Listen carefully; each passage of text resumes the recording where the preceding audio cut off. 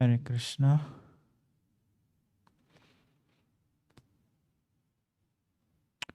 Hare Krishna. Um, can someone confirm?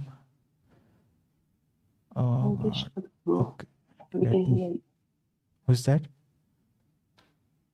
This is Untitled. I cannot hear you properly. Yeah, my voice is not good. Happy New Okay. Year and Happy Vyasa Puja. Let me log in back, Mate. 1 second.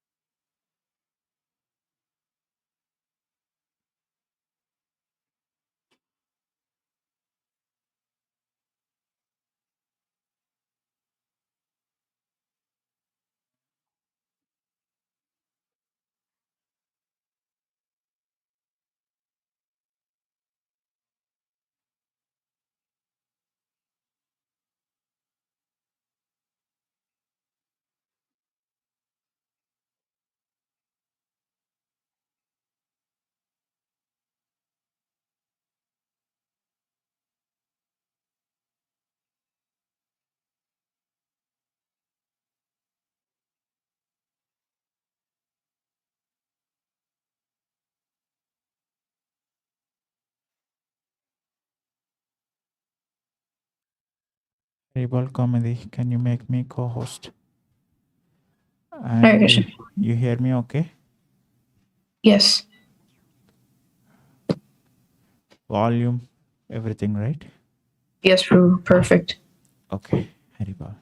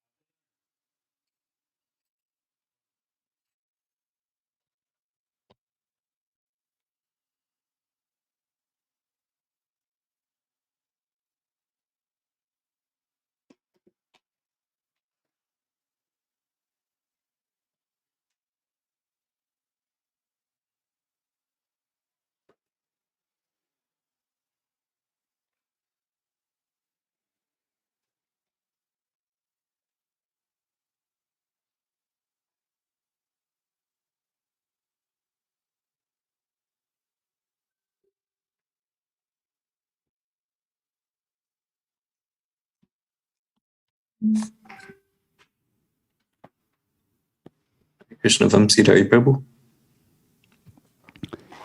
He's busy. Oh. Okay. I was just checking in to see He's here. if- He's just like fiddling, with Vamsidhari. Okay. Adjusting the camera. He's back. Hare Krishna Prabhu. Oh, Hare Krishna Prabhu. I just wanted to find out if, or whenever you'll be ready to start, or if it'll be a few minutes, or what you would like. Yeah, just 1 minute, Prabhu. You get one. No, it's in India, 1 minute. Yes, Maharaj. Just now coming. I'm ready. Ready. Are we ready? Recording in progress. Nama Om Vishnupadaya Krishna Prasthaya Bhutale Srimate Bhaktivedanta Swami Nityanamine Namaste Sarasate Deve Gauravani Pracharine Nirvishesha Sanyavadi Paschatya Desatarine Jaya Sri Krishna Chaitanya Prabhu Nityananda Shri Advaita Gadadhar Shri Vasadi Gaur Bhakta Vrinda Hare Krishna Krishna Krishna Hare Hare Hare Rama Rama Rama Hare Hare. Well, here we are, part 3, gratitude topic. And the subtopic is gratitude within Dharma and within transcendence.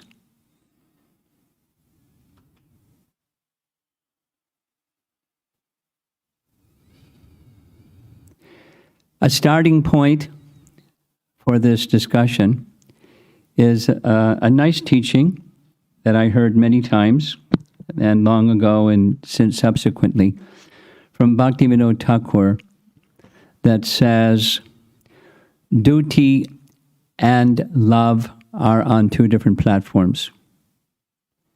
Duty is connected with Dharma, and love is connected with transcendence. Performing regulative devotional activity, which we should do, which we are doing and should do, that's Dharma or Sanatana Dharma. And then love or prema is where the regulations are not bringing about the activity as much as the spontaneous attraction for the object of love. And gratitude is appropriate in both places.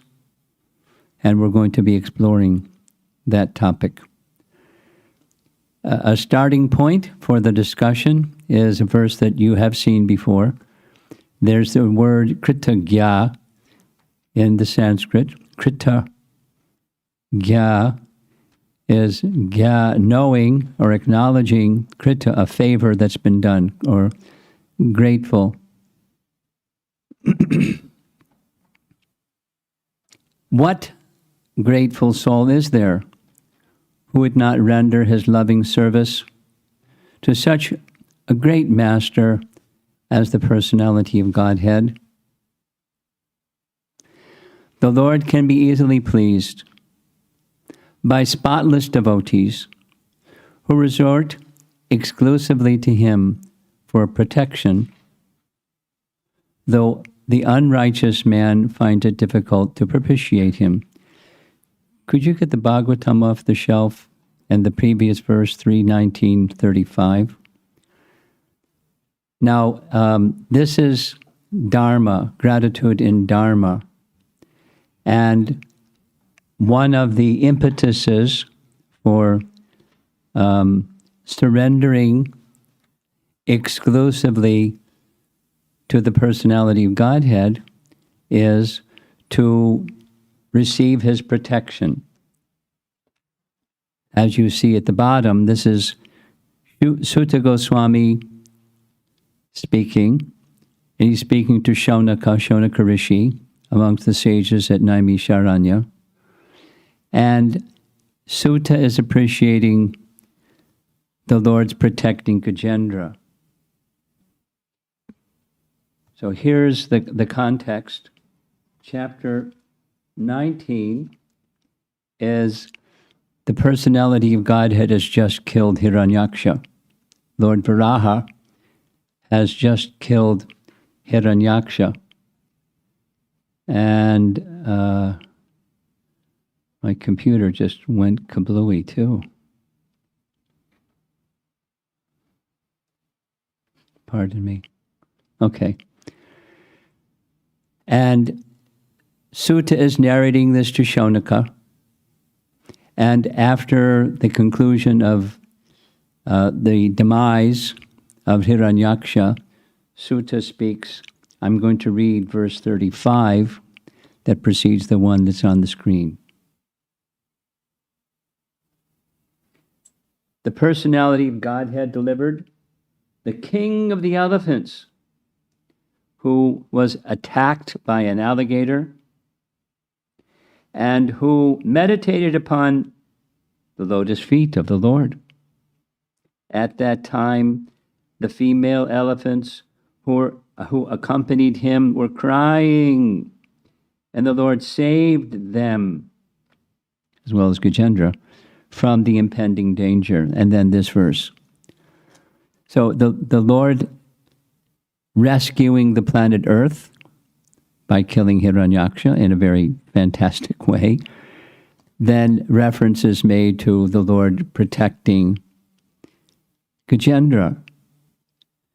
And so having received, you have received something, what do? You feel gratitude, and the gratitude that one recognizes. You may not be Gajendra with a crocodile on your leg, but you may be in some other situation where there's some difficulty. And one who is grateful for the Lord who has rescued Gajendra will certainly take shelter, exclusive shelter, of the Lord for protection in the most difficult of circumstances. Now that's gratitude in a position of Dharma. It's not in the position of spontaneous love. Although in his previous life, Gajendra was a great personality and striving for that, but he had yet to achieve it. And somehow, by the Lord's intervention, he was put in the fast lane. He got there very quickly in a most extraordinary manner. So now comes the main reference for this topic, and that's Srila Bhaktivinoda Thakur. Great Acharya.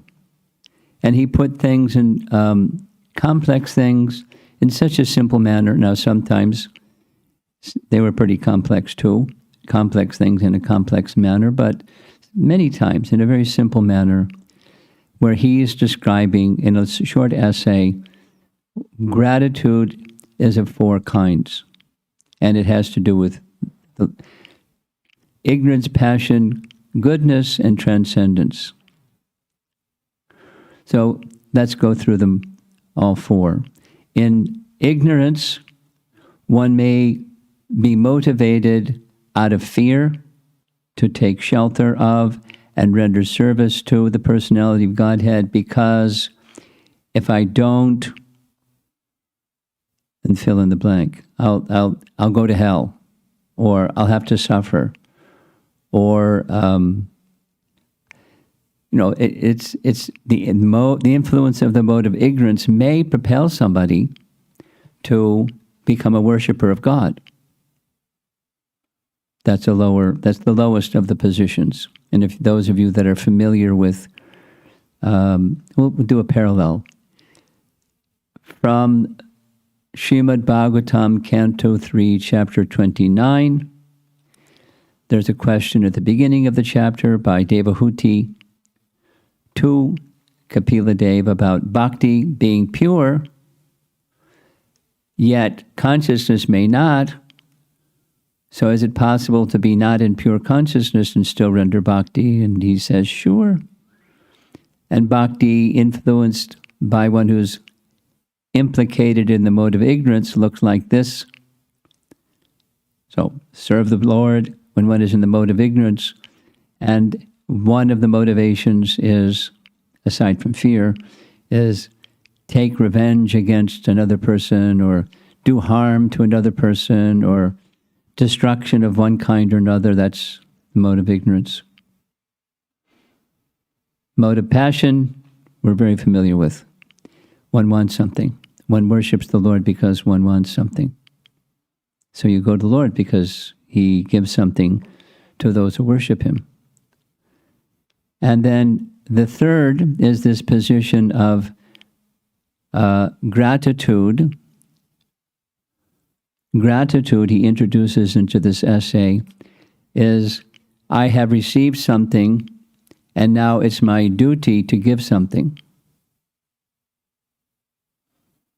And we've been discussing that. For example, this nice description that's found in Ramayana, where the Sanatana Dharma is having received something, you repay that something that you have received. Or another nice example, Queen Kunti understanding. This is the character of an individual is determined or gauged by the gratitude that they carry. They receive something, they repay that something. Out of an act of kindness received, an act of kindness is extended in exchange. Now, that's Dharma. Now, Queen Kunti is not on the platform of worldly Dharma, but in Mahabharata there's teachings of Dharma. And so it's a duty. That's worship of the personality of Godhead out of duty. We received so much. Nityo nityanam chetanas chetananam eko bahunam yod vidadati kaman. Prabhupada would quote that so often. Since he's maintaining us, we're indebted. Those who are maintaining us, we're indebted. There's this saying, don't bite the hand that feeds you. You may have heard that one before. You're grateful to that hand that feeds you. Not just be greedy and I want more, but whatever it is that comes, you're grateful. And then the higher platform is this platform of Raga. Raga, where worship is done simply because there's attraction for the object of worship. Here's, in this little essay, here's a direct quote from his language. Raga is defined as the tendency of the mind to become spontaneously attracted to an object immediately on seeing it without intellectual processing. The intellectual processing includes, like we heard from Kunti, the character of an individual is gauged by gratitude. So the intelligence is guiding the mind. Now, it's not to say she didn't feel some spontaneous attraction to express her gratitude for how nicely they've been cared for. But the indication is there's intellectual processing involved.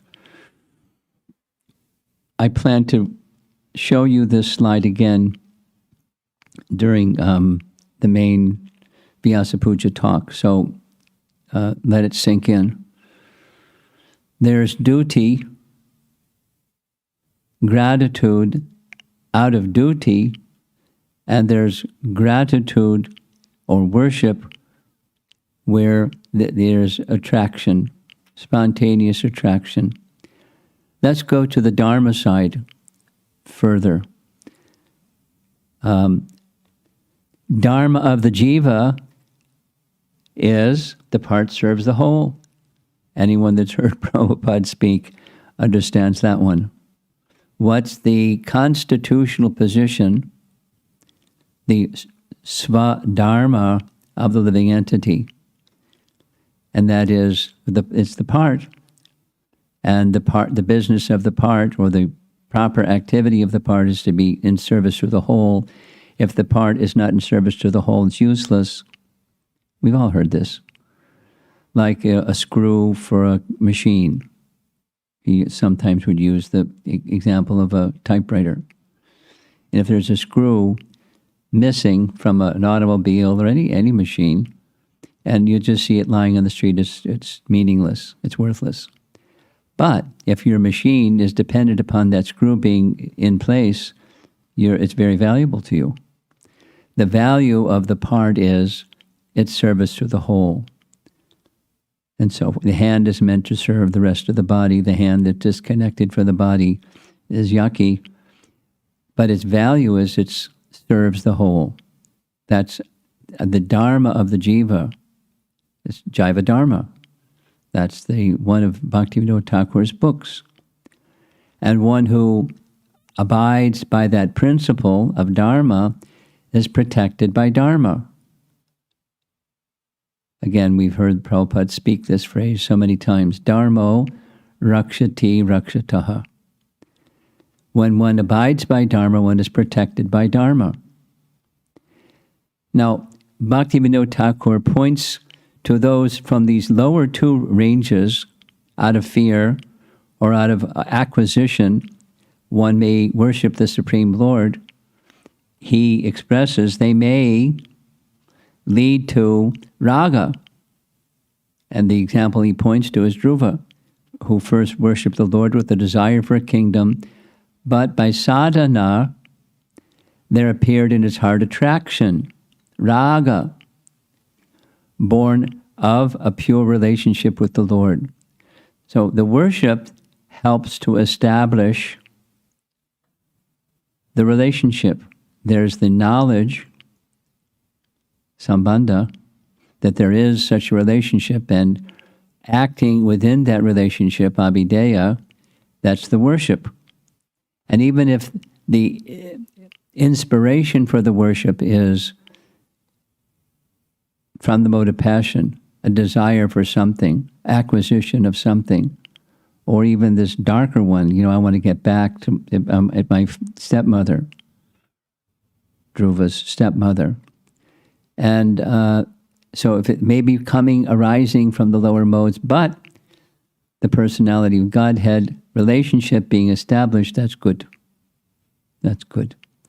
And it may, and in Dhruva's case it did, the pure relationship with the Lord emerged from that darker place, or passionate and darker place, and he then lost interest in the material acquisition.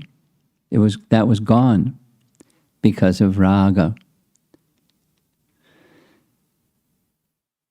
We find Srila Prabhupada writing the same. Here it is from a purport from Canto 4, Chapter 9. Dhruva Maharaj knew that he had come to worship the Lord in devotional service with a motive to get the kingdom of his father. Such an adulterated devotee can never see the Supreme Personality of Godhead face to face. He therefore felt very grateful for the causeless mercy of the Lord because the Lord came. Now there's many circumstances surrounding the Lord coming, the external and the internal. But he knew his motive was material, and he knew that a material motivation cannot bring darshan of the Supreme Lord. He knew, and yet he saw the Supreme Lord, and he was feeling this very inspired sense of gratitude, of course, to Narada and the Supreme Lord. Through Narada, the mercy of the Supreme Lord came to him. Now, there was something from his side too, and something from his mother's side too, but he felt very, very strong gratitude to Narada Muni. In fact, one could say, rightly so, that was the force that carried him to the position of unalloyed devotion, his gratitude to Narada Muni. And once that unalloyed devotion was attained, he didn't depart from his sense of gratitude for his mother. Because when it came time for him to return to Dhruvaloka, or to go to Dhruvaloka, he didn't want to go without his mother. And the agents of Lord Vishnu pointed out, see that other Vimana back there? That's your mother's Vimana. She's going to the spiritual plane. So we're just exploring Dharma that's within the field of duty. Prahlad had transcendental gratitude to Narada Muni. He spoke to Lord Nrsingadev. Your servant Narada Muni kindly accepted me as his disciple and instructed me how to achieve this transcendental position. Therefore, my first duty is to serve him. How could I leave his service? Now, there's gratitude and a sense of duty, but it's in the transcendental position. He's speaking from the transcendental position. It's not a worldly sense. I hope the distinction is clear. There's the position of, there's these two words, they have the same root, Sharanagati and Sharanapati. Sharanagati is coming to the position of Sharana, of surrendering. And Sharanapati is one who has attained shelter. They're already there. So Prahlad is already there. He's achieved the transcendental position. And it's not that gratitude now disappears, but gratitude is now in its perfect stage. Now, Lord Nrsingadev isn't asking him to leave his service. He's just expressing his attachment and his feeling of gratitude. And so when you have that attachment and feeling of gratitude, that's, or the evening class yesterday, the cognizant and affective element, you do something. And that's what Prahlad did. He served. He served Lord Nrsingadev and he served Narada Muni, exactly as they instructed him. Particularly Lord Nrsingadev instructed Prahlad. And he followed. Again, from a later chapter of the Prahlad narration, I request you to place me in touch with your pure devotee. In this case, he doesn't mention Narada by name, but that's his pure devotee connection with Lord Nrsingadev, and let me serve him as a sincere servant. Let me serve him as a sincere servant. Now, approaching the Sharanagati includes service, and Sharanapati, or having attained that transcendental position, it includes service. Service because it's the constitutional position of a living entity. So let's now focus more on the gratitude and transcendence. Gratitude and transcendence is where the object that one is feeling gratitude towards, or the person from whom one has received some kindness, there's a relationship with that personality. There's a spontaneous attraction. That's following Bhaktivinoda Thakur's definition. There's different definitions of raga, by the way, but that's a nice one for our purposes today. And we're going to point out a few examples of gratitude in transcendence, where the attraction, or raga, isn't guided by intelligent considerations, it's just spontaneous. And we're going to start with Krishna's classmate, Sudama Brahman. Sudama Brahman had, we discussed in the humility section prior to this weekend, he had a certain disposition of detachment that was just not out of aversion, but he just liked a life of great simplicity. He liked it. It was happiness for him.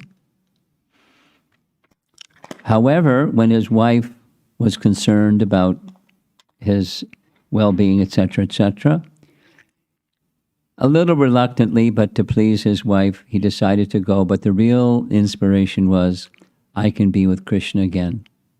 And that was what was in his heart.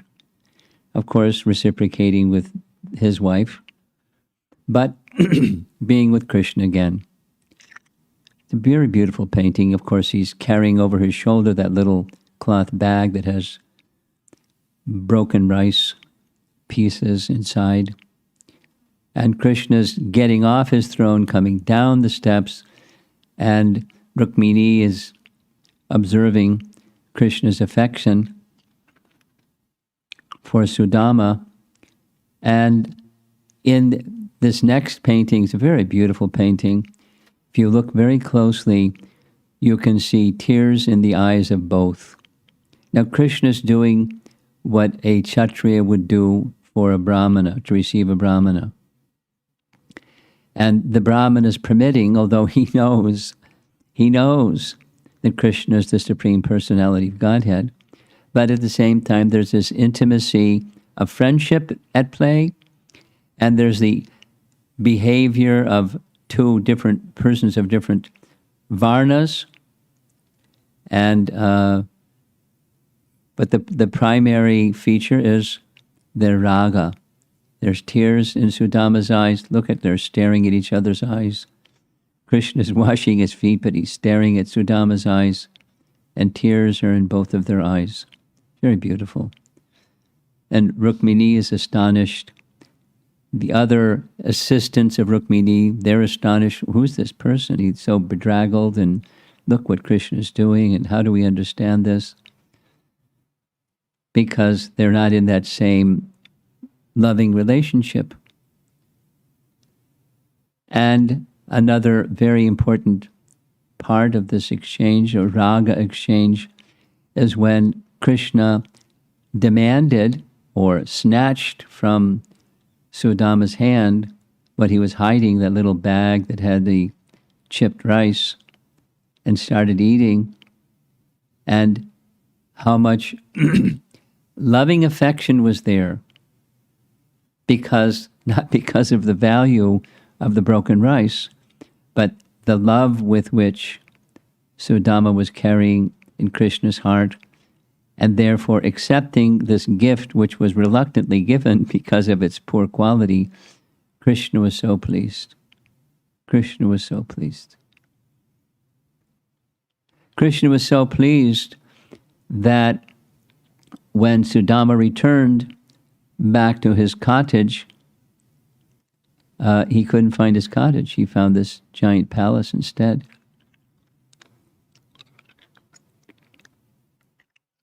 And that simply served to amplify the loving attraction that Sudama felt for Krishna. It wasn't the obstacle that he thought it would be. The obstacle he thought it would be is, if I get something from Krishna, I'll become proud. Pride didn't have any place in his heart. He was protected by that loving attraction. Love itself, raga itself, protects one from material contamination if one has it. And so there may be the cultivation of it by loving service or trying to render regulated devotional service and worship of the personality of Godhead according to Dharma to get to that raga stage. Another nice example, this is a painting of King Mushukunda. The painting shows Mushukunda is much taller than Krishna. And it's not because of age, it has to do with Mushukunda actually lived in a prior yuga. And because of a prior yuga, when he was sleeping in that cave, so much time had passed and he was fighting with the demigods in the heavenly realm, so much time had passed on earth that his body was so much bigger compared to Krishna's body.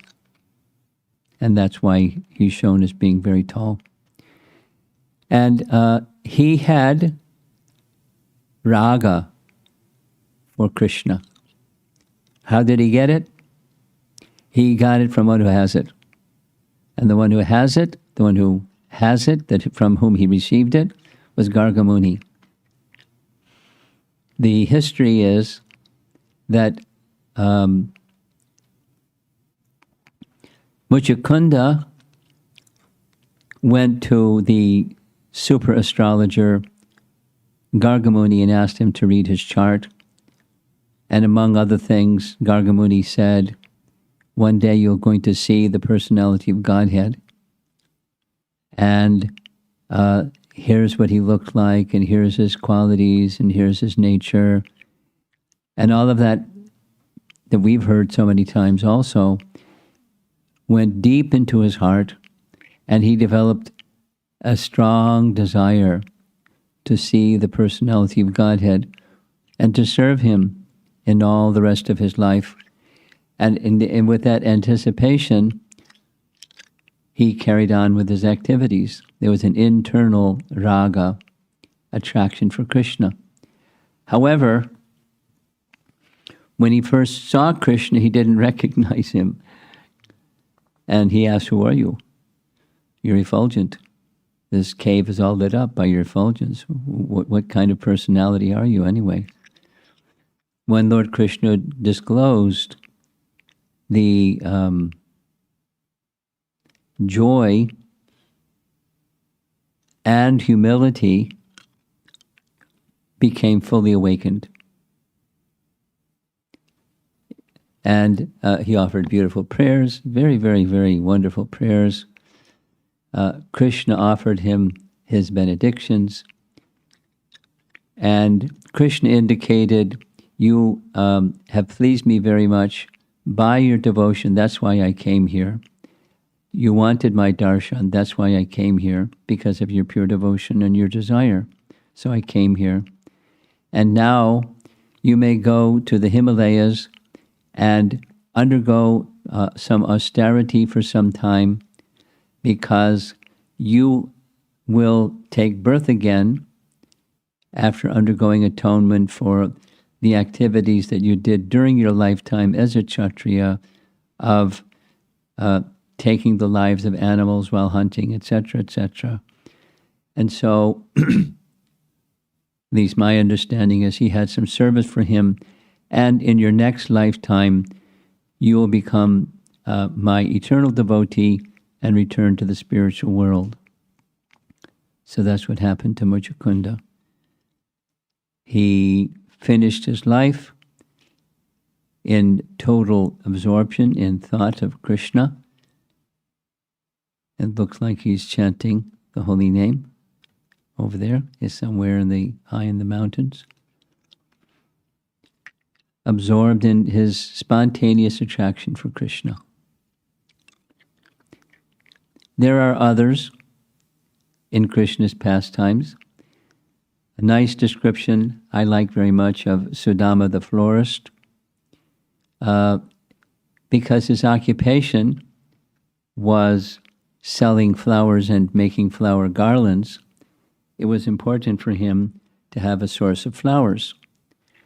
So, of course, he most likely had some flower gardens, but in the course of time, because in Brindavan there's many flowers, he was walking about in Brindavan looking for flower sources, and he saw Krishna in a pasturing ground.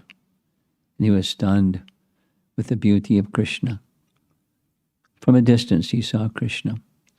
And that was it. He was finished. His material attraction was finished, and his spiritual attraction for Krishna grew and grew and grew. Eventually, when Krishna came to Mathura, he went right to the home of the florist. The florist had garlands waiting for him because he had heard Krishna had come to Mathura. And just by glancing at the garland on the wall, Krishna said nothing. Sudama knew what Krishna wanted, and he offered this very wonderful garland to Krishna and Balaram. And Krishna volunteered anything he wanted. You've pleased me very much by your... So the emphasis here is the spontaneous attraction. And the spontaneous, of course, most likely Sudama heard about Krishna, and from a distance he saw Krishna, and he already was situated in this transcendental position and of attraction, Raga. And on the basis of Raga, he was rendering his service and feeling very grateful that Krishna had come to his home and blessed his family. Now he and his family, their lives were made perfect. And he was feeling very strong gratitude in transcendence for Krishna. And there's many nice examples. I'm going to go to one that's a little on the unusual side, and that's the raga that Jagatananda Pandit had for Krishna. He was spontaneously attracted to Lord Chaitanya. Prema Vivarta makes it very clear, and he had no inclination to follow social norms and please people by his nice behavior. He was just a spontaneous devotee. This painting is depicting an event where he had spent some time in Navadvip giving news of Lord Chaitanya to Mother Sachi and the other devotees in Navadvip. And while there, he personally made sandalwood oil. Now, how you make sandalwood oil, I don't know, but by pressing sandalwood oil can be made. And he brought a whole clay pot of sandalwood oil for Lord Chaitanya because he wanted to give it as a gift. That's his heart's desire, out of intense feelings of attraction for Krishna, not exactly the gratitude having received, just love for Krishna, or for Lord Chaitanya, excuse me. And you know the story, he gave that pot of sandalwood oil to Lord Chaitanya's servant and asked him, please give it to Lord Chaitanya, and then kept asking him each day, has he used it, has he used it, has he used it? And Lord Chaitanya respected the love of Jagatananda, but I'm a sannyasi. I can't use this scented oil. Put it in the lamps of the Jagannath temple. It'd be very nice for Lord Jagannath. So Jagatananda came, saw the pot of oil sitting there, and picked it up and smashed it on the ground. And went off pouting because Lord Chaitanya wouldn't accept his gift. Nice story. I mean, his pouting ended up, Lord Chaitanya, he fasted for days, locked his door from the inside, wouldn't let anybody in, pouting. Lord Chaitanya went and knocked on his door. Jaga, I'm hungry. I've heard that you've been fasting, so I've been fasting too, but I'm hungry. Can you please cook for me? Please get up, take your bath, and prepare a meal for me. I'm going to go do my midday duties, and you cook something, and I'll come back. So immediately Jagatananda got up and cooked and made a giant feast for Lord Chaitanya. It's just, this is an example amongst others where service is rendered out of loving attraction for the object. Now, to get there, gratitude and Dharma is a channel. And before the gratitude and Dharma, there may be rendering of service with some other, lower mode of nature operating. But they may also lead to this spontaneous position, as we've heard. And now here's another, one of the chief persons who has transcendental loving attraction for Krishna, Srimati Radharani. Here's a nice quote. Saintly persons have concluded that when a lover, impelled by jealousy and fear, declares that Lord Hari is unworthy of her attachment because of his harshness, lustiness, and dishonesty, such speech is called avajalpa. This is taken from Ujjvala Nilamani by Rupa Goswami, and he's describing this seemingly contrary raga of Radharani. I'm just going to read this little section, and this is it. We're going to end with this. Radharani says, Krishna advertises himself as magnanimous, and he is praised by great saints.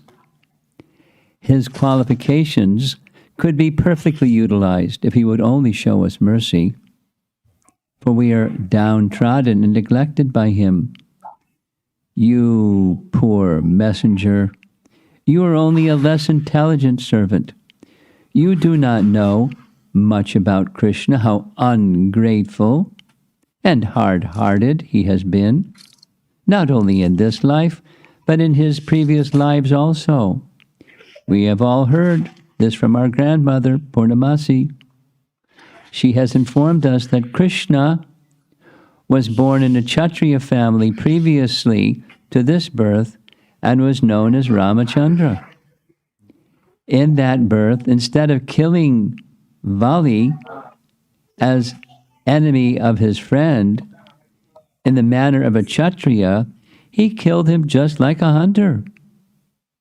A hunter takes a secure hiding place and then kills an animal without facing it. Lord Ramachandra, as a Kshatriya, should have fought with Vali face to face. But instigated by his friend, he killed him from behind a tree. Thus, he deviated from the religious principles of a Kshatriya. Also, he was so attracted by the beauty of Sita that he converted Shurpanakha, the sister of Ravana, into an ugly woman by cutting off her nose and ears. Shurpanakha proposed an intimate relationship with him, and as a Kshatriya, he should have satisfied her. But he was so henpecked that he could not forget Sita Devi and converted Shurpanakha into an ugly woman. Before that birth as a Kshatriya, he took his birth as a Brahmana boy, known as Vamana Dev, and also asked charity from Bali Maharaj. Bali Maharaj was so magnanimous that he gave him whatever he had, yet Krishna, as Vamana Dev, ungratefully arrested him, just like a crow, and pushed him down to the Patala kingdom. We know all about Krishna and how ungrateful he is. But here's the difficulty.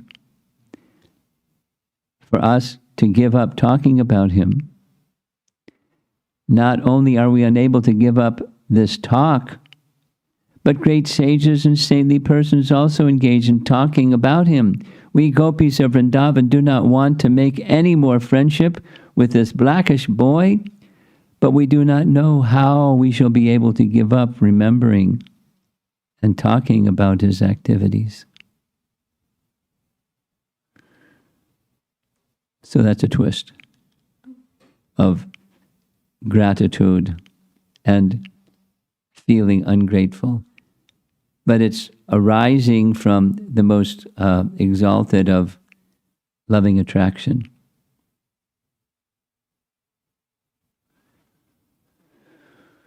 So we don't imitate. We don't start speaking bad things about Krishna like Radharani. Rather, we strive for that position of transcendental gratitude, and we strive for the raga of transcendental gratitude, or in the teaching of Kapila Dev to Devahuti in Canto 3, Chapter 29, Kapila Dev compares devotional service and transcendence in a spontaneous manner to water in the Ganges running downstream during the rainy season. There's no intellectual effort required. Water flows down, and during the rainy season it flows down very swiftly. So the raga, so loving attraction where there's raga, or gratitude where there's raga, is there's no intellectual effort required. One feels grateful to the personality of Godhead. To attain, I want to read one paragraph that is a little solace to those of you that are card-carrying members of I'm Not There Yet. I'm one. And some others are probably in that same category. He writes,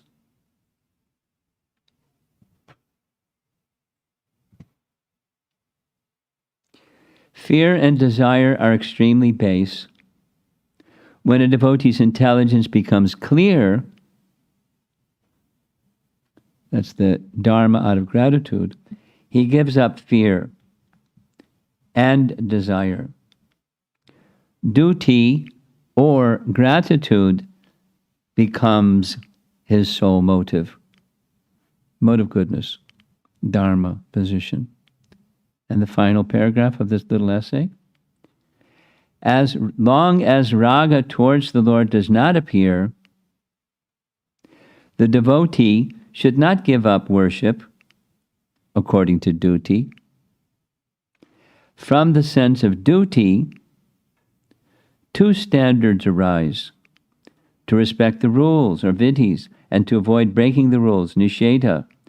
These rules for worship of the Lord were established by great devotees long ago and recorded in the scriptures. Following the scriptures and reverence for the rules arises from the sense of duty. And as we heard, duty has its connection with gratitude. So now, circling back to our topic, gratitude within Dharma and gratitude within transcendence. Our goal is to come to the transcendental position. And the transcendental position is where guiding the mind to the position of expressing gratitude is not required. And even feeling gratitude is not required, although in Dharma it's required. But how to get there? We do follow the vidhis and nishedhas. Prior to the raga awakening. But we should know that in the line of Lord Chaitanya, the path of raga is the path of love. And the gift of Lord Chaitanya is the gift of love for Krishna. So we follow Dharma.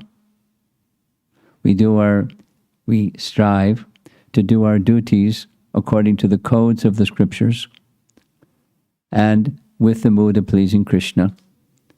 That's what we're encouraged to do. And there's ample teachings what those codes are and how to awaken that consciousness more deeply.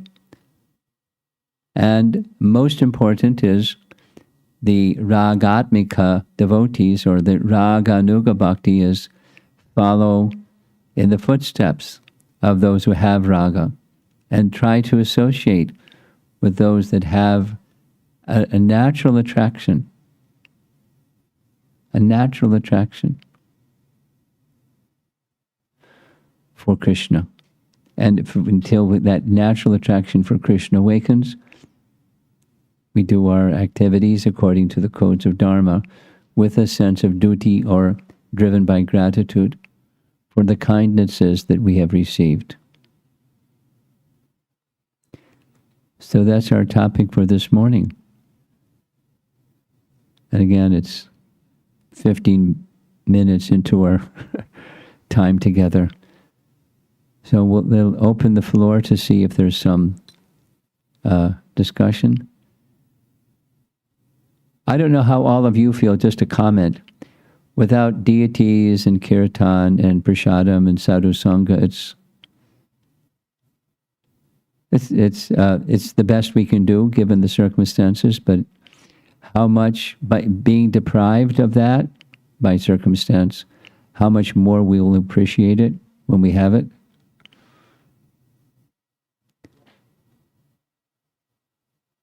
So let's see, Komati, you have something in line here?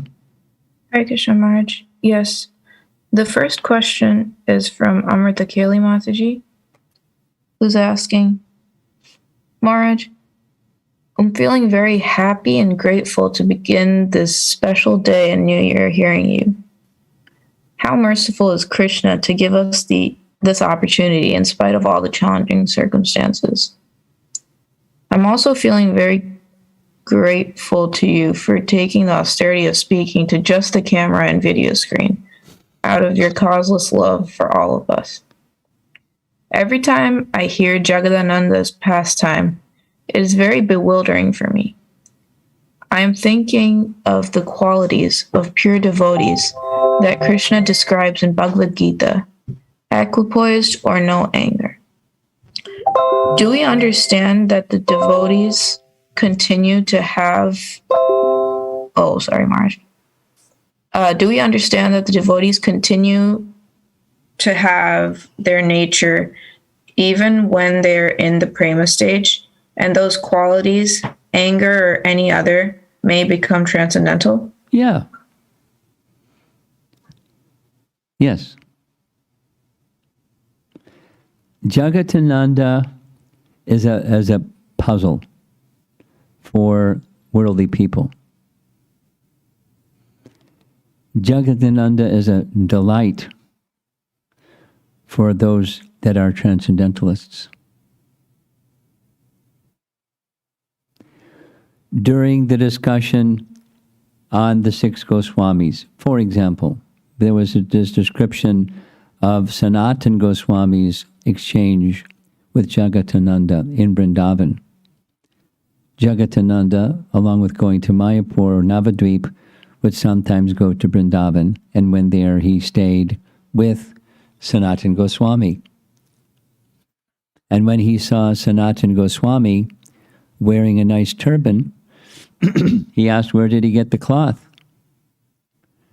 And innocently, Sanatan Goswami said it was a gift from so-and-so sannyasi. And when Jagatananda heard that, he was in the midst of cooking, and in his spontaneous love, he picked up a cooking pot and was going to smash Sanatan Goswami in the head with his cooking pot. How can you do this? You're such an exalted devotee of Lord Chaitanya, and you're wearing a cloth that didn't come from him. How can you do this? This is horrible. And then he caught himself. He just flew into a rage because of the particular type of love that he had. Now, your question, does this become transcendental for such persons? Yes, because that's the place from which they're acting. Transcendental love. It doesn't know boundaries. Especially for people like Jagatananda. Now, many other people would never do like that. They might say something, but not grab a cooking pot and ready to smash somebody. But that's Jagatananda. Next.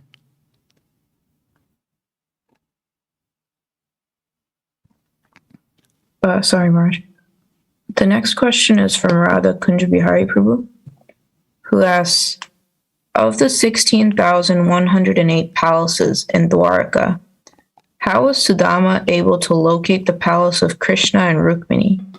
Was there a specific reason for Sudama to choose the residence of Mother Rukmini? There's no indication. He didn't have a GPS. And, what was the guide for him to go there? There's no indication. Rukmini has a very special position in Dwarka as the original wife or queen of Krishna. So, Super Soul guided him there, perhaps. We have no indication why and how.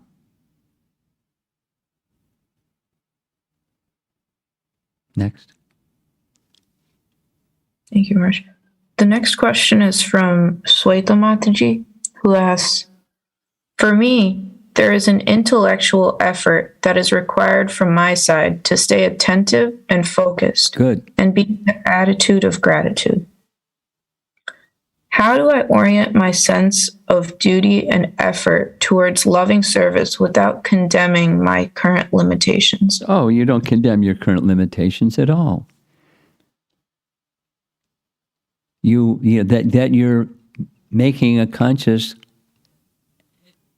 directing the mind and senses towards Krishna effort.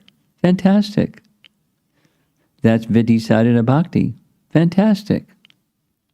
Fantastic. And with faith that by that process, cleansing and through the association of those who have spontaneous attraction or hearing about and remembering and glorifying those who do, that spontaneous attraction will awaken along with the purification of what you're now doing.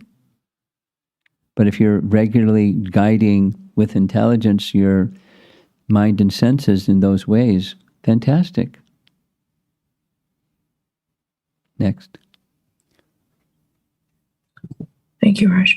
The next question is from Atulya Mataji, who asks, how to transform material gratitude towards our parents into spiritual gratitude? Well, see, your service to Krishna at the center.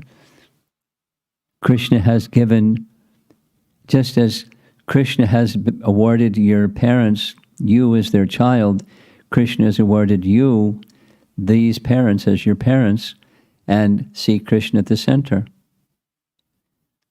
And, respecting who they are and what their values and et cetera, et cetera, et cetera.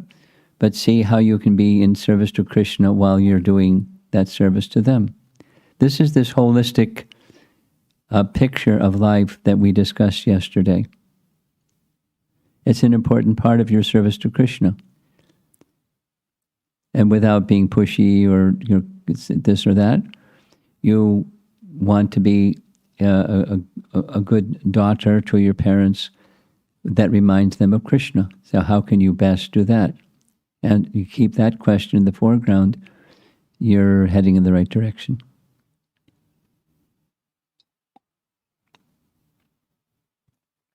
Next. Thank you, Maharaj. The next question is from Varshana Mataji, who's asking, the pastime of Mushukunda is very intriguing for me. He seems to have heard that he will see Krishna first, and then his attraction to see Krishna springs in his heart. Yes.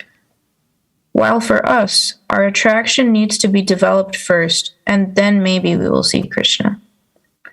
I guess the question is, how can astrology say we can see Krishna? How can what? Astrology. How can astrology say that we can see Krishna? Oh.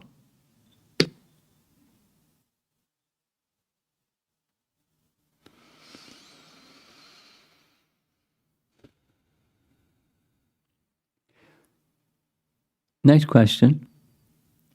Now, an ordinary astrologer wouldn't be able to do that. That's for sure. But I guess we could understand that Gargamuni is not an ordinary astrologer, and he could see things that ordinary astrologers can't see.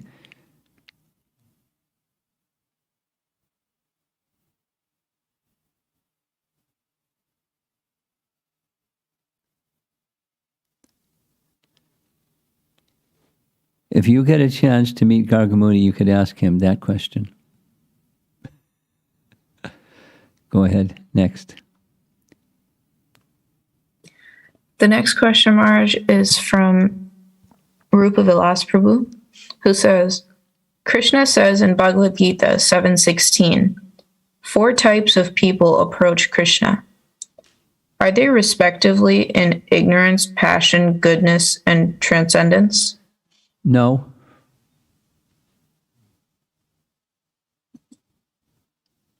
Next. Thank you, Maharaj. The next question is from Shriya Mataji, who asks, in Mushukunda's case, he had to undergo atonement for another life to reach the Lord, whereas in Dhruva Maharaj's case, the Lord blessed him immediately with causeless mercy. So, in gratitude under passion, is atonement not necessary? No, my understanding of the distinction, why, for example, why Mushukunda didn't get what one might call full mercy, while others did get what might call full mercy, as he got full mercy. However, there was, my understanding is as follows.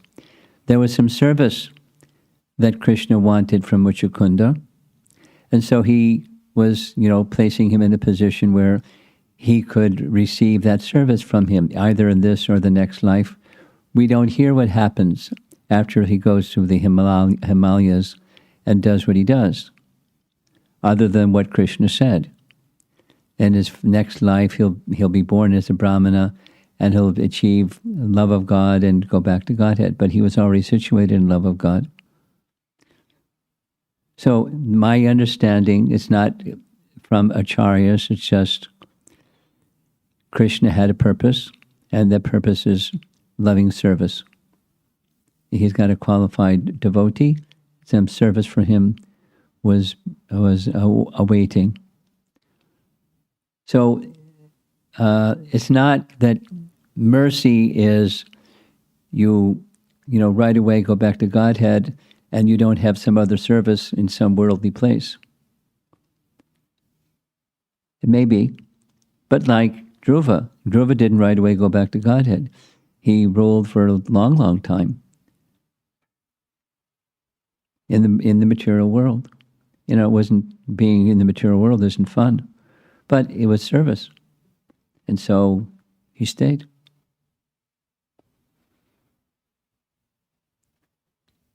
Next. Thank you, Maharaj.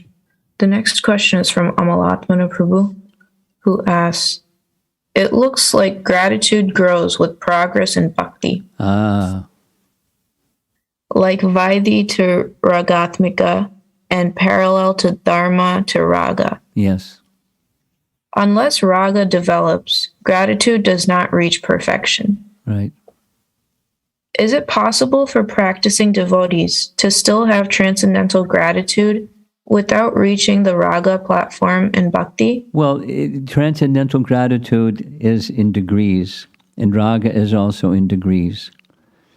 So it's not like there's this bucket and then over there's that bucket. It's not quite like that. It's in degrees. So the answer is yes.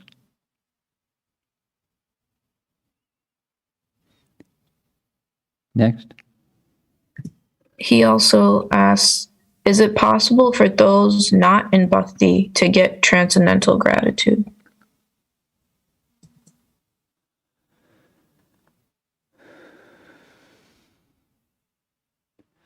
Those not in bhakti, for whom would they have gratitude?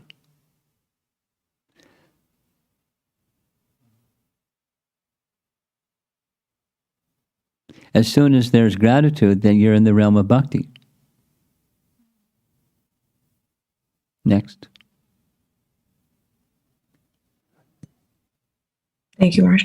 The next question is from Prakash Prabhu, who asks, before all anarthas are removed from one's heart, one can only have gratitude in goodness, passion, or ignorance. Is that correct? Say it again. Before all anarthas are removed from one's heart, one can only have gratitude in goodness, passion, or ignorance. Well, this question is similar to the previous question. There can be degrees of transcendental gratitude.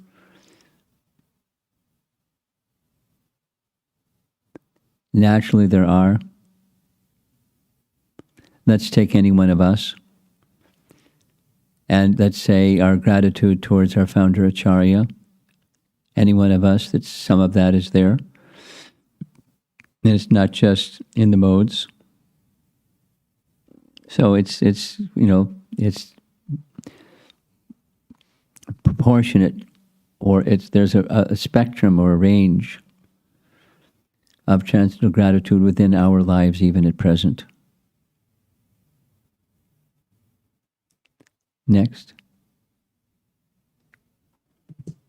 The second part of the question, Maharaj, was, at which of the 9 stages of bhakti can one experience gratitude and transcendence?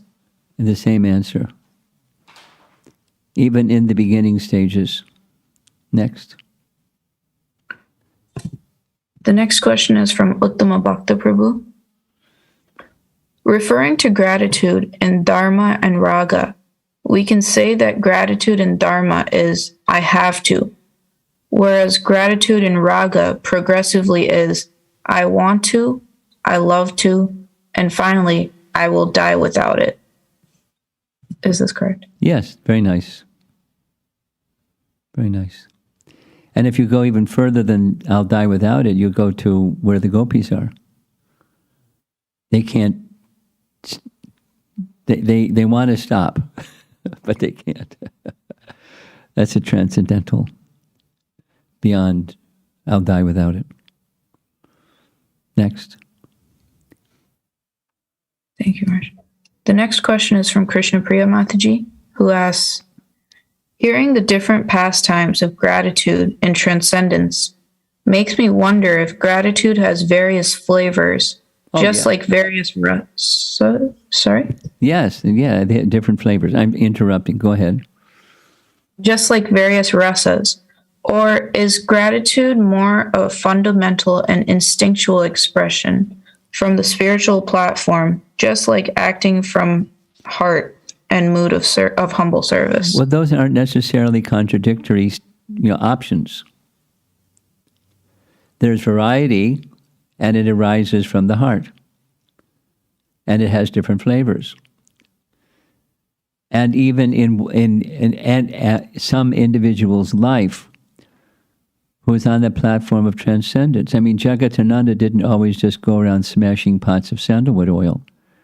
Jagatananda did, different things, different moods and feelings at different times. And the others, the gopis, sometimes and sometimes. The cowherd boys, sometimes and sometimes. Mother Jasoda, sometimes and sometimes. So they're not contradictory statements or mutually exclusive. If it's this, it can't be that. Next. Thank you, Maharaj.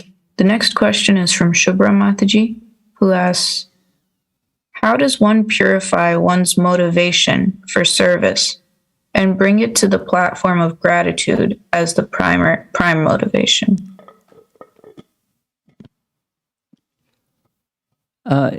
How?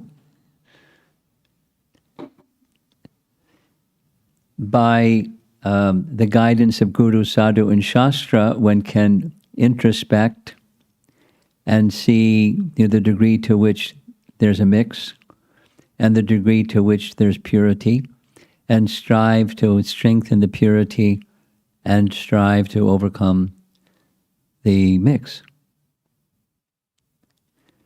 I'm going to be speaking, Shubhra, you pay attention to the main talk. I'm going to be speaking about this specifically in relation to chanting of japa and some nice teaching of Bhakti Siddhanta about, it's a gradual, the how-to is it's gradual. We take up the purification process. Just take the chanting of the holy name. It's a purification process. And we take it up, and it's gradual. Gradually, the material covering and material motivations and other stuff subside as the pleasure of Krishna motivation and contemplation increases. You can say as the raga increases, the other decreases. But it happens gradually. And somewhat intermittent, sometimes more, sometimes less, sometimes more, sometimes less, in the unsteady stage, but gradually moving in the direction of pure. So pay attention to this afternoon's, the 10:15 class. How are we doing? How many more questions? So far, just one more, Maharaj. Okay. This next question is from Varshana Mataji, who's asking, I heard that Mushukunda in his next life was the Brahmana who served Lord Vittala. Have you heard of that, Guru Maharaj? No, I have not.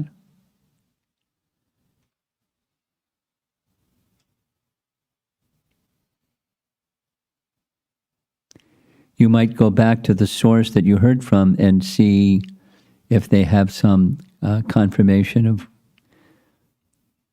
that understanding. So if we're done, that's fantastic.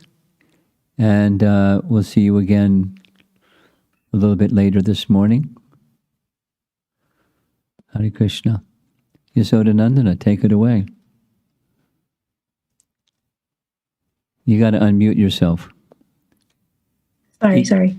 You have to unmute him. Okay. There we go. Hare Krishna. Thank you, Maharaj, for the lead up for today with that really beautiful class. I just want to invite everybody to please come back on Zoom by 10:05. That's in Central Standard Time, Chicago time, where we will begin the formal Vyasa Puja ceremony. And the detailed schedule is posted online at the link that everyone should have. But it will continue, and also an invitation if you would like to read your offerings via Zoom to please send a message. And we'll see you all very soon. Hare Krishna.